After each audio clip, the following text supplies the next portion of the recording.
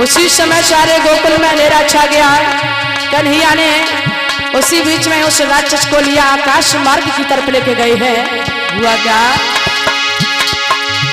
रखा उतार के गोद से बसुलर हवा की छूट गई और हो गया अंधेरा गोकुल में, बेटा की माई छूट गई।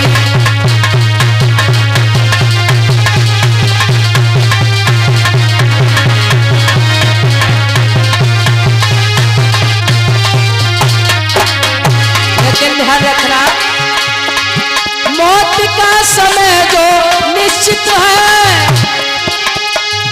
वो उसी समय पर आएगी, और जिस समय मौत आ जाएगी तो घड़ी न टलने पाएगी।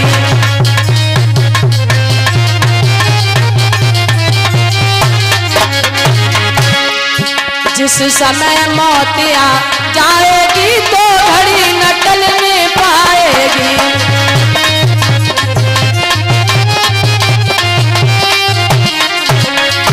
क्योंकि ये बंधे दिनों का जीवन है, फिर बंधे दिनों मरना है। यदि जीवन है तो मरना है, फिर मरने से क्या डरना है।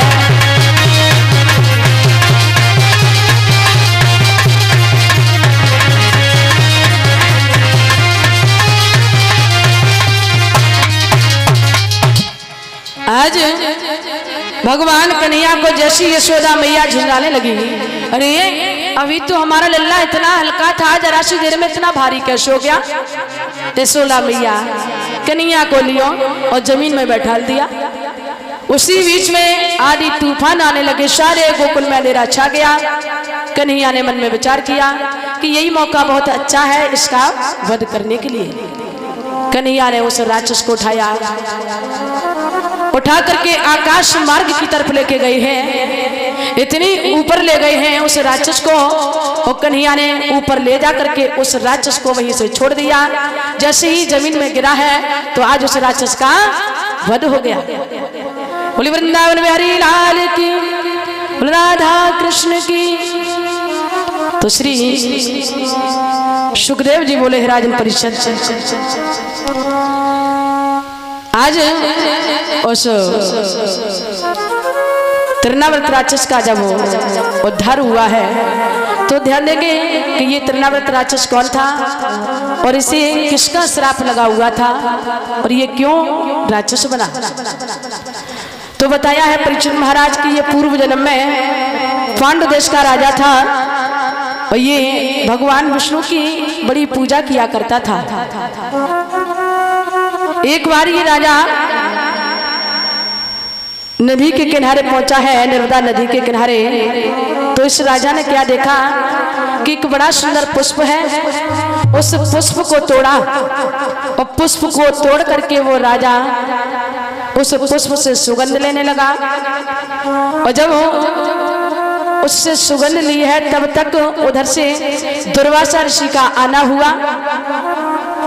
तो इस राजा ने क्या किया कि उस सुगंध से इतना मुग्ध हो गया, इतना होश नहीं रहा कि जो दुर्वासा ऋषि पास से होकर के गुजरे, इस राजा ने उनका कोई सम्मान नहीं किया। तो दुर्वासा ऋषि को बड़ा अपमान लगा।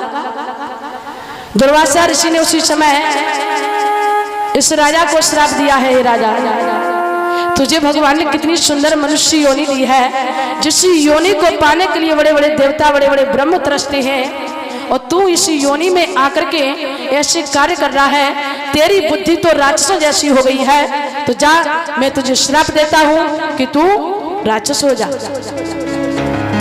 श्राप हुआ है तो महाराज श्राप कभी अधूरा नहीं होता है। वो राजा उसी वक्त हाथ जोड़ करके खड़ा हुआ, कहने लगा, प्रभु आपने मुझे श्राप तो दे ही दिया है, लेकिन हे नाथ आप हमारे ऊपर कृपा कीजिए। आप हमें इतना बता दो कि हमारा उद्धार कब और किसके हाथों से होगा। जब इस राजा ने बड़ी विनती की है तो उसी समय दुर्वासा ऋषि कहने लगे चिंता मत करो, तुम्हारा भी कल्याण होगा, लेकिन अभी नहीं। द्वापर में जब भगवान कन्हैया 16 कलाओं से अवतार धारण करेंगे तो उन्हीं कन्हैया के हाथों से तुम्हारा कल्याण होगा। तो आज वही पांडु देश का राजा आकर के तिरनाव्रत बना, जो पुराण ब्रह्म भगवान कन्हैया के हाथों से कल्याण हुआ। बोले वृंदावन बिहारी लाल की, राधा कृष्ण की।